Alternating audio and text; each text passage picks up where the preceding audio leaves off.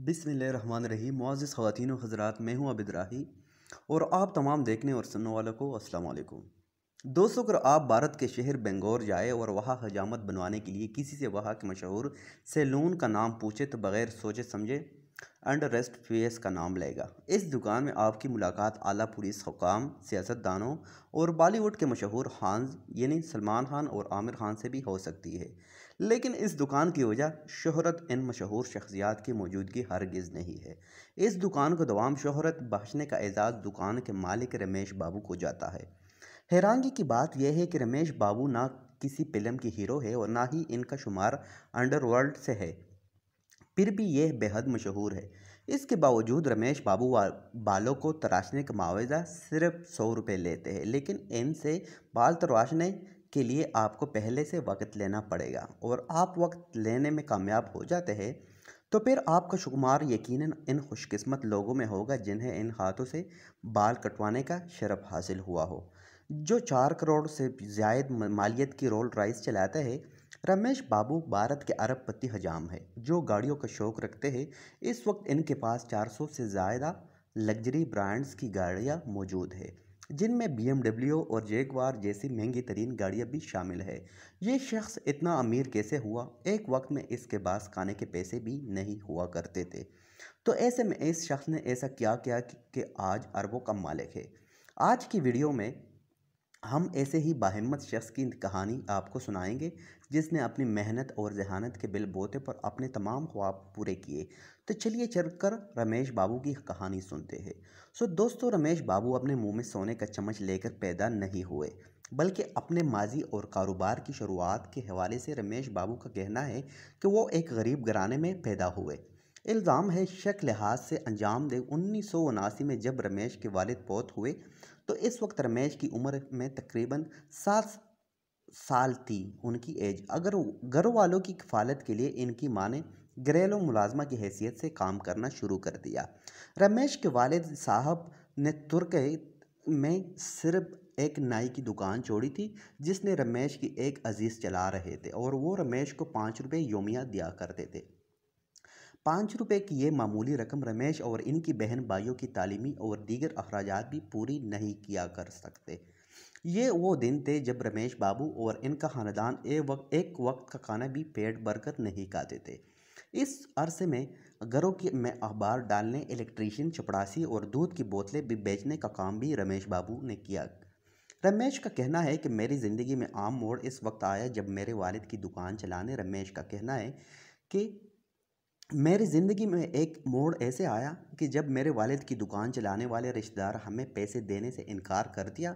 उस वक्त इनकी उम्र 19 साल थी। नाज़रीन ग्रामी, घरेलू हालात के पेश नज़र रमेश ने अपने वालिदा से कहा कि दुकान वापस लेकर हमें अपने तौर पर उसे चलाना चाहिए, मगर उन्होंने सख्ती से इस बात की मुखालिफत करते हुए कहा कि इनकी अवलीन तरजीह तालीम होनी चाहिए।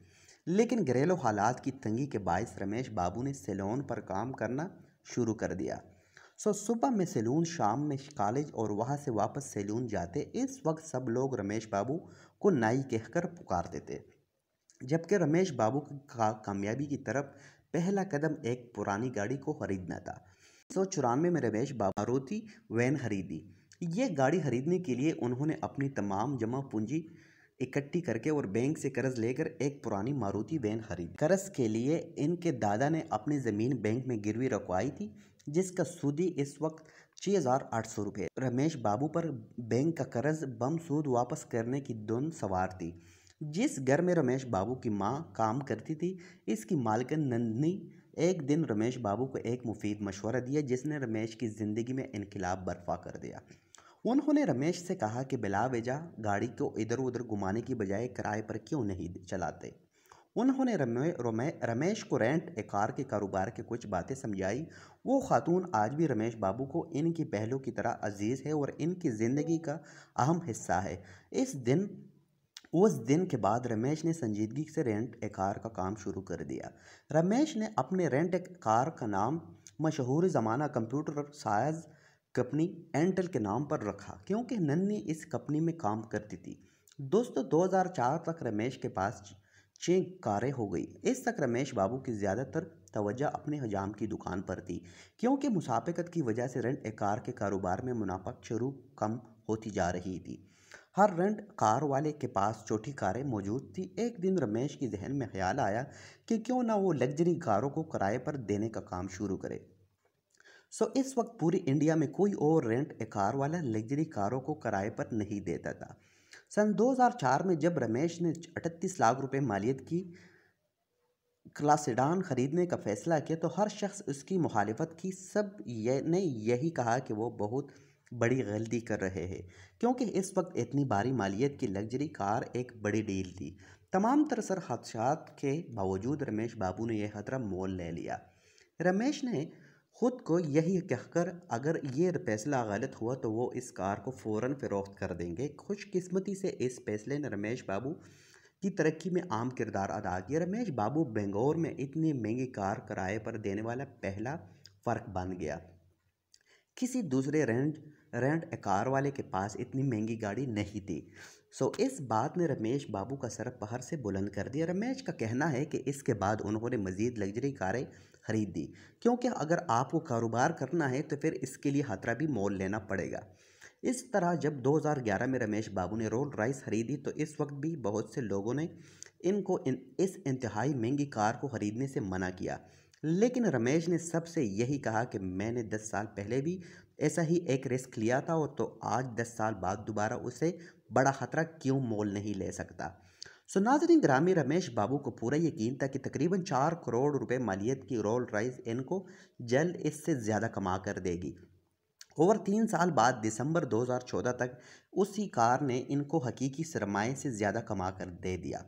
रमेश बाबू ने बताया कि नशीब व फ़राज हर कारोबार का अहम जुज़ है। कभी इनको नुकसान होता है तो कभी इतना मुनाफा पूरा हो जाता है, लेकिन अगर आपको आगे बढ़ना है तो फिर ख़तरात का सामना करना तो ज़रूरी है।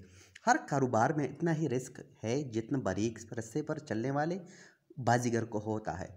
रमीज़ ने एक इंटरव्यू में बताया कि टैक्स की शरह में तेज़ी से होने वाले इजाफे की वजह से हमने अपने कारोबार को मज़ीद नहीं बढ़ाया। ताहम 2015 में हमने कुछ लेमूजीन और इसकी नौइयत की गाड़ियों को अपने बेड़े में शामिल किया गया। वक्त पहिया घूमता रहा और अब पूरे भारत में अरबपति हजाम के नाम से मशहूर रमेश बाबू की मलकियत में तकरीबन 400 से ज़ायद गाड़ियाँ हैं, जिनमें 75 BMW और तकरीबन 14 टोयोटा और रोल्स रॉयस जैसे पेश कीमत गाड़ियाँ भी शामिल है। दुनिया की पेश कीमत गाड़ियाँ और वसी कारोबार का मालिक होने के बावजूद रमेश अजज़ व इनकिसारी का नमूना है और आज भी अपनी दुकान चलाते हैं और अब अपनी दुकान पर आने वाले ग्राहकों के साथ इसी तरह खुश अखलाकी से पेश आते हैं। अरबपति होने के बावजूद रमेश रोज़ाना सुबह 8 बजे से दिन 10 बजे तक अपने सैलून पर काम करते हैं, ग्राहकों की जुल्फे तराशते हैं। 10 बजे से शाम 4 बजे तक वो अपने रेंट ए कार के बिज़नेस को देखते हैं और फिर दोबारा अपनी दुकान पर वापस आकर 3 घंटे बतौर हजाम काम करते हैं। रमेश बाबू का कहना है कि मुझे आज भी रोल्स रॉयस के किराए से मिलने वाले हज़ारों रुपयों से ज़्यादा खुशी अपनी दुकान पर ग्राहकों से मिलने वाले 100 रुपये की रकम वसूल करके ही होती है। आज मेरे सैलून पर 6 अफराद काम करते हैं, लेकिन मुझे खुद अपने ग्राहकों की खिदमत करना ज़्यादा पसंद है। ये बात मुझे माजी से जोड़े लगती है। ये मेरा ख़ानदानी काम है और जब तक मेरे हाथ सेहतमंद है तो मैं लोगों की जुल्फे तराशता रहूँगा। दोस्तों, रमेश बाबू ने पुरानी मारुति वैन को भी अब तक संभाल कर रखा हुआ है, जैसे किराए पर देखकर उन्होंने अपने रेंट ए कार के कारोबार आगाज़ किया था। इस हवाले से रमेश का कहना है कि इस मारुति वैन की अहमियत भी सबसे ज़्यादा है। मुझे रोल्स रॉयस की मर्सिडीज़ से भी ज़्यादा है। मुझे आज भी इस मारुति वैन को चलाने में दुनिया की बेहतरीन लग्जरी कारों को चलाने से ज़्यादा लुत्फ़ आता है और ये मेरे पूरे वक्त की साथी है। रमेश की कारोबारी सोच बोझ और तरक्की की भी बदौलत भारत का तकरीबन हर अखबार और टीवी चैनल और इन पर दस्तावेज़ी फिल्म बना चुका है। गैर मामूली कामयाबी और इनकिसारी की बदौलत बैनुल अक़वामी तंजीम डेड टॉक ने रमेश को अरबपति हजाम का खिताब दिया है। तो दोस्तों, ये थी आज की हमारी वीडियो पसंद आने की सूरत में हमारी वीडियो को लाइक करें, शेयर करें, कमेंट करें, सब्सक्राइब भी ज़रूर कर देना, इसलिए ताकि आपको नई और मालूमाती वीडियो बर वक्त मिलती रहे। इंशाअल्लाह आपसे मुलाकात होती है अगली वीडियो में। तब तक के लिए रखिएगा अपना और अपने प्यारों का ढेर सारा ख्याल। अल्लाह ने के बहान।